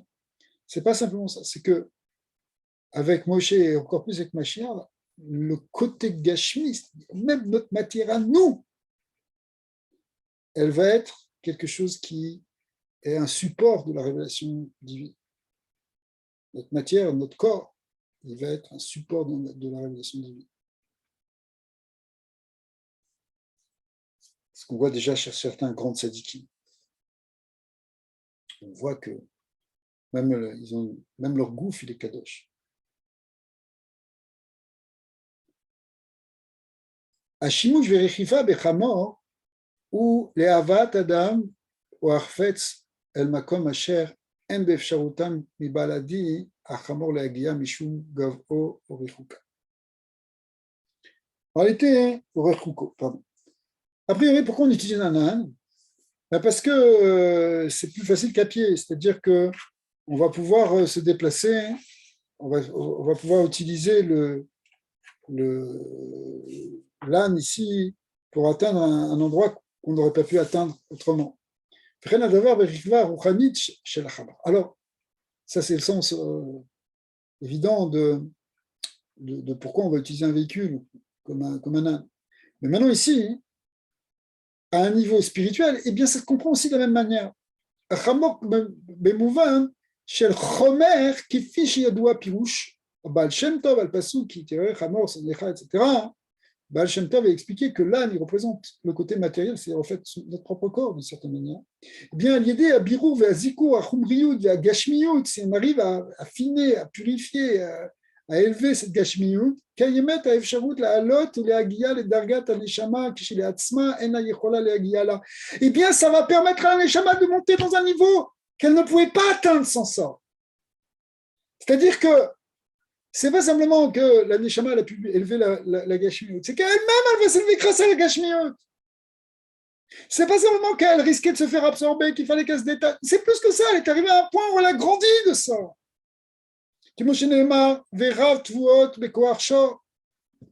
C'est-à-dire que la force de l'âne, il amène beaucoup de tvuot, c'est-à-dire de récolte, mais ici les tvuot, c'est tvuot or, c'est les récoltes spirituelles. Bimé Avram Avinu, à l'époque d'Avram Avinu, c'est-à-dire Atralat, Shnei Alfei Torah, Alpaim Torah, au début des 2000 ans de Torah, Lo Haya Daim Bekoar Gashmi Vachomer, la lot est à Adam. Pour l'instant, la matérialité, le côté physique ne pouvait pas amener l'homme lui-même, les Gdusha. Mishum Gdusha, lo sharta az begashmiut, la Kedusha ne résidait pas encore sur le Gashmiut, kefi amuzbar bemispar, mekomot, sheaz haïta adayin, betkufat agzera shel bnei romi lo yardu le Surya. On connaît cette expression qui a été ramenée plusieurs fois dans les Mahamarim et dans d'autres endroits, que jusqu'à Matan Torah, il y avait une gzera que ce qui était en haut restait en haut, ce qui était en bas était en bas. Autrement dit, que la matière ne pouvait pas être encore sanctifiée, à proprement parler. Avoda bebiru agashmut oila efo le dvarim ameseim lelibat. Malgré tout, ça faisait quand même quelque chose. Mais ça faisait quelque chose qui était pour ce qui était une aide. Shimusho, shishmeshu, kesiruya l'ikdusha beotasha. C'est-à-dire que c'est, ok, tu peux utiliser des kelim pour t'aider dans l'ikdusha. Mais pour autant, la matière n'a pas été encore transformée. Même Moshe Rabbeinu,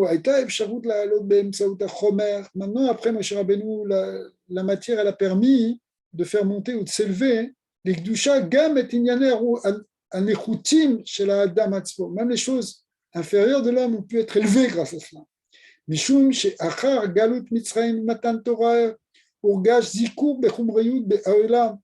Le fait qu'après Matan Torah, après la sortie d'Égypte, après Matan Torah, eh bien, il y a une possibilité de monter dans la Gdusha, il y a des gimoud, comment? Il y a des mitzvah. Le fait de faire une mitzvah, c'est ça qui permet de s'élever, de s'élever à partir de la Gashmut. Zé, Ashoni ben avodat Hashem kodem matan Torah le ben avodat matan Torah. C'est ça qui différencie d'ailleurs le service de Dieu avant le don de la Torah et après le don de la Torah. Parce que avant le don de la Torah, finalement, les choses matérielles n'étaient pas encore des kelim pour la ruchaniyut. La reine, idbata avoda beishtadlut chez Orit, pardon, chez Orit à Olam, l'otafria les ashrat akdusha. C'est-à-dire que on est arrivé maintenant à un point, après Matan Torah, que le monde matériel n'est pas forcément un obstacle au déploiement de la Kedusha, et que la Kedusha, elle peut résider, elle peut s'installer même dans des endroits du Olam Hazé, dans des choses matérielles. Au Af, tu sais là, ça peut même aider. Arlo, mais on n'est pas encore arrivé au point, après Matan Torah tout de suite, on n'est pas encore arrivé au point que la Geshmiut elle-même, elle se transforme en Kedusha. Ouais.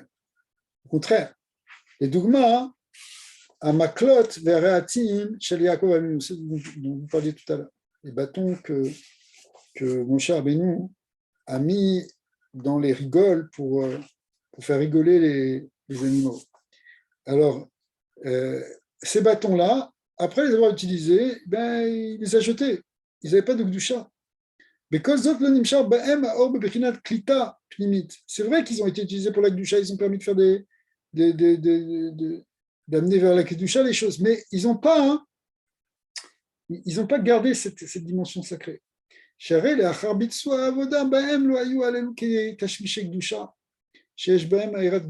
pas, par exemple, quand on prend des téphilines, les téphilines, ils ont des teshmiché Kedusha, c'est des repsé de Kedusha, des objets de Kedusha.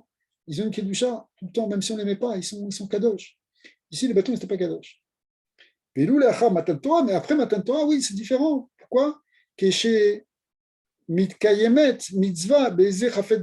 Lorsque la mitzvah, elle se fait dans n'importe quel objet physique, ou offert à Chafet Latzmo le Kedusha, ça transforme l'objet dans la Kedusha qui gashmiyut haolam, mais avec Keli l'Elokut. À ce moment-là, Gashmiyut, elle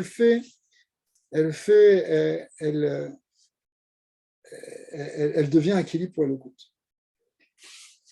Et là, chez Gam Lechar Matan Torah, En italut ela bechelakim atefelim shel Adam, ishto kegufo, banav, barak eral be'avoa, malgré tout, on n'était pas encore arrivé à la réalisation complète de tout ça. C'est ce qui est représenté ici par la femme et les enfants, c'est-à-dire que ce n'est pas encore l'homme lui-même. Évidemment, on doit comprendre un niveau symbolique. Chez la Neshama, chez Yardou, les Matav et de la Bagouf, c'est simplement encore des niveaux, si vous voulez, secondaires de la Neshama qui s'habitent dans le corps, mais ce n'est pas le gouffre lui-même. Le moment de Mashiach sera différent. Pourquoi? Parce que il t'avait Inyan Allé Yoter, les choses vont se révéler à un niveau supérieur, qu'on appelle justement Ani Verochev Alachama. Afilou Adargot Agevuot Beyoter Benefesh Adam, Bechinat Chaya Veyechida, qui sont symbolisés par Shor et Chamor. Yitalou Aliede Achamor Mishum, chez Az Idgale Yetrono Shel Agouf, chez Alaneshama et chez Trahi, la Teret Baala. À ce moment-là, ça va élever toute la Neshama, même le Shor et le Chamor. La Neshama qui est appelée Shetraï, la Teret Baala, elle va monter dans un niveau supérieur grâce à cette descente dans la matérialité qu'on aura fait avant. Le Biata Mesha, Idgale, Shorsho Amiti, Shala Yesh Anivra, Shiou Yesh Amiti. Il y a des Birour Achomer, pardon, Birour Ayesh Nivra, Itave Atzmuto Nishma. Alors, on va conclure là-dessus.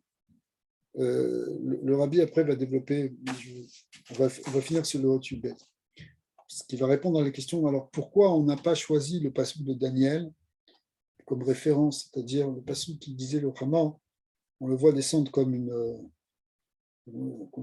quelqu'un, on le voit descendre sur un nuage, et pas, pourquoi l'allusion qui était faite par Yaakov était celle du passouk où on le voit comme un Ani Rochev al Chama. Alors, effectivement, c'est-à-dire que le fait qu'on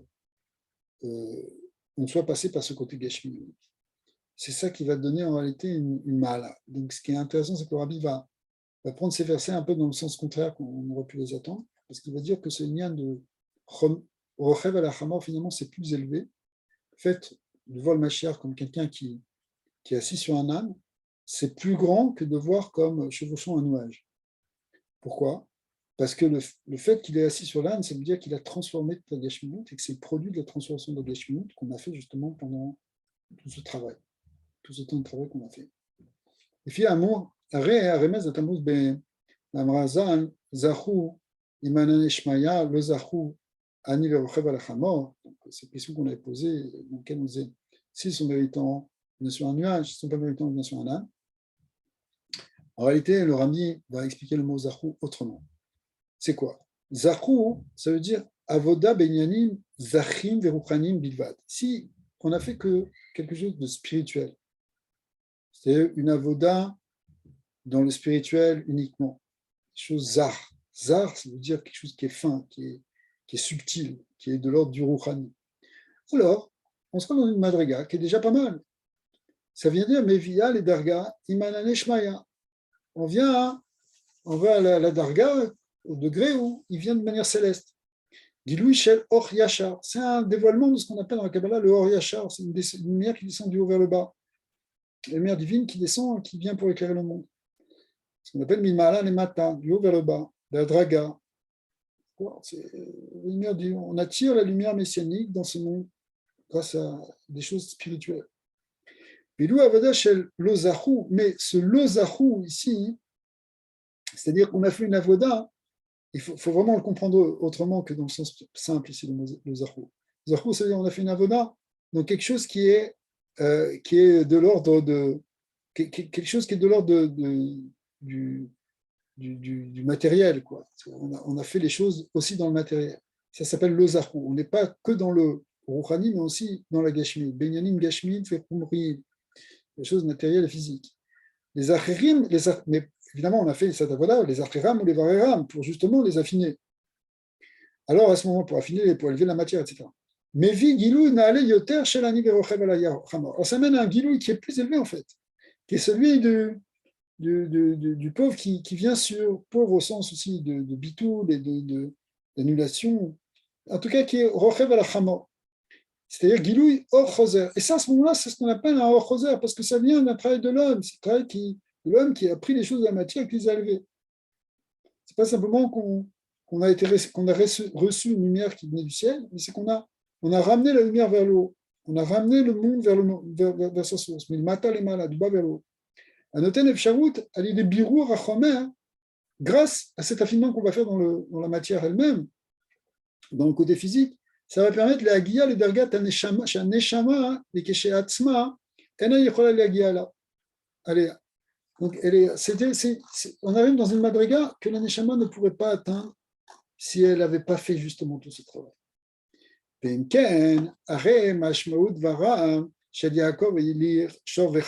quand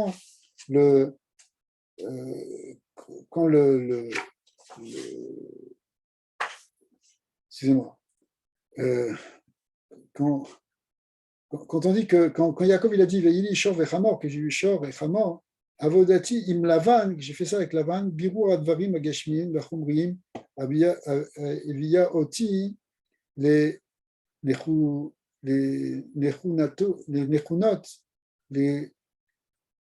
les gilouï à Naale Beyoter Shel Ani B'Rochem Nachamor. Donc ça nous a amené en réalité, c'est ça tout le remède que Yaakov a dit, quand il a dit j'étais avec Lavan, en réalité je suis arrivé dans ce point où j'ai Shor Vechamor, où justement je peux amener la Géoula d'une manière complète, puisque la matière elle-même va être élevée.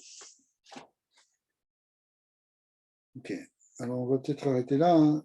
Après ça, il y a encore d'autres ignanim, mais qu'on verra peut-être aussi un peu plus tard, Shabbat, sur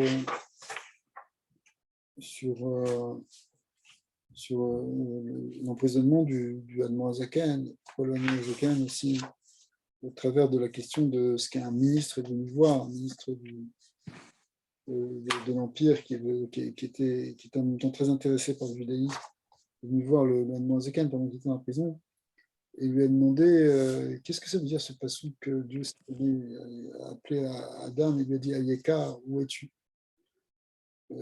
Pourtant Dieu sait bien où est-ce qu'il était, et il voit tout à la fois, il est omniprésent, omnipotent, omniscient. Donc, c'est quoi le sens de cette question de dire où en es-tu? Où es-tu? D'abord, la première réponse que le Admorazaken lui a donnée, c'est de dire c'est ce qui est marqué dans Rashi, c'est-à-dire que pour ne pas le surprendre, c'est un DRS, de dire comment ça va, on parler, on dire quelque chose, ça va, tu es où, qu'est-ce que tu fais? Avant de dire quelque chose d'important, tu commences déjà à introduire la conversation. Alors le ministre qui connaissait ce Rashi a dit, je connais déjà ce Rashi, je ne suis pas venu pour apprendre ça. Alors le Admorazaken a dit, en réalité, est-ce que tu crois, est-ce que tu es d'accord avec l'idée que la Torah est éternelle et qu'elle a été donnée, pas simplement à l'époque, mais elle est vraie pour tous les temps et qu'elle s'adresse à chacun? Et ce ministre a dit oui, je suis d'accord avec cette idée, que c'est ça la Torah. Alors là, le Admorazaken lui a donné cette réponse qui est très connue maintenant, mais qui est fabuleuse. Il dit quand Hachem il a dit à Adam, Ayeka, où es-tu? En fait, il nous a dit à chacun de nous, c'est une voix qui s'adresse à chacun de nous et qui nous dit Ayeka, où es-tu? Où en es-tu? C'est une question que tu peux te poser, qu'on peut se poser à chacun. Et en fait, cette question, elle est très forte parce qu'elle est un peu la clé de tout ce qu'on a vu avant. Parce que il faut qu'on se la pose tout le temps. Où tu en es dans ton rapport avec le monde matériel? Où tu en es dans le rapport de la masse? Est-ce que tu es pris dedans? Est-ce que tu es dépendant? Est-ce que tu es addict à des choses de ce monde? Est-ce que tu es dans l'illusion des choses de ce monde? Tu dois tout le temps te reposer ces questions. Et de cette manière, la Torah du Balatania, c'est-à-dire la Torah de Rabban, la Torah de la Chassidut, c'est une Torah qui est venue trancher justement dans le voile de l'illusion. Elle est venue pour déchirer ce voile. Le Noazaken, il n'y a pas de travail de séduction là, il n'y a pas de. C'est de la vérité brute au sens où elle est réelle et elle déchire justement le voile de l'illusion. Le Noazaken, il nous dit, par exemple, les histoires, il nous raconte que première chose qu'il faisait quand il est. La première chose qu'on apprenait à Mézérich, puisqu'il a appris chez Magui, c'était à perdre le sens du goût. C'est-à-dire, parce que à cause du sens du goût, tu peux perdre ta vie. Le fait d'être attaché à même à la nourriture au sens au sens très simple du terme. C'est quelque chose, on voit d'ailleurs, on dit sur Esav qu'il était, il avait lui, le contraire, Nazid Bepiv, il avait le développement du goût. Alors, ça paraît insignifiant, c'est pas très important, et nous, on n'est pas à ce niveau-là, surtout de nos jours, on se dit, bon, c'est pas. Mais d'un autre côté, ça vient me dire, ne tombe pas ne tombe dans aucun attachement. C'est une Torah qui n'est pas évidente. Hein. Le Hanour Azaken, par exemple, c'est une de ses chitotes, c'est de ne pas décorer du tout la souka. Parce que la souka, elle représente Elokut, et tu n'es rien qu'avec Elokut. Donc, tu ne vas pas commencer à mettre des lampions et des décorations. Pourquoi? Parce que tu veux être directement avec Elokut. Tu n'es pas là pour te faire même des décorations qui seraient quelque part illusoires. Alors, bon, c'est un esprit qu'il faut comprendre. C'est pas cette idée de détachement, cette idée encore une fois, c'est pas du tout la chita non plus de Chabad et encore moins de Rabbi de dire qu'il faut aller habiter dans une cabane ou se dépouiller de toute matérialité, mais ne pas s'attacher, ne pas tomber dans cette illusion, ne pas tomber dans cette fiction d'une réalité matérielle qui est fausse. La réalité véritable, celle que nous apprend la Versidut, celle que nous apprend le judaïsme, c'est que ce qui est derrière le réel, ce qui constitue le réel, ce qui est l'essence du réel, c'est le divin. Et c'est ça qu'il faut arriver à percevoir et à révéler. C'est ça transformer la matérialité. C'est-à-dire montrer que non, la réalité physique, c'est pas celle qu'on croit de prime abord, et encore moins celle qui nous est véhiculée par un mode de pensée, de vie, et encore plus avec la publicité, etc., de l'illusion des plaisirs de ce monde. C'est au contraire, il faut révéler le vrai plaisir de ce monde, qui est l'attachement divin. Le reste, c'est de l'éphémère, c'est du faux, en fait. Ça fait partie d'un enseignement majeur de la révélation du Yutet Kislev. Au fond, on pourrait dire que l'essence de Yutet Kislev, c'est de nous révéler, nous apprendre à vivre et à voir le divin dans chaque chose. C'est ça le but de la Chassidut. Le but de la Chassidut, c'est vivre avec Hachem, c'est voir Hachem. Quand je dis voir, c'est-à-dire au sens percevoir notre existence, percevoir le monde qui nous entoure comme étant justement un monde divin, au travers de la Hashgacha, au travers de même après le Moazaken, ce qui est marqué dans le Tanya, l'essence de son enseignement, c'est de voir que la Metziyut, que l'existence, elle est de nature divine. Et ça, c'est vraiment quelque chose qui est, si vous voulez, au cœur mamash de la révélation du Yutet Kislev, et on le voit aussi de la paracha de cette semaine. Alors, Hachem, qu'on puisse